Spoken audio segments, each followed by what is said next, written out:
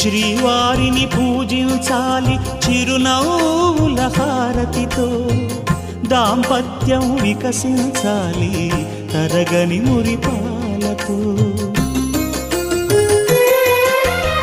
దాసి నీవై ప్రేయసి నీవై నీవే తన ప్రాణమై, నిండు ప్రేమను తనకందించు నూరేళ్ళు నడిపించు.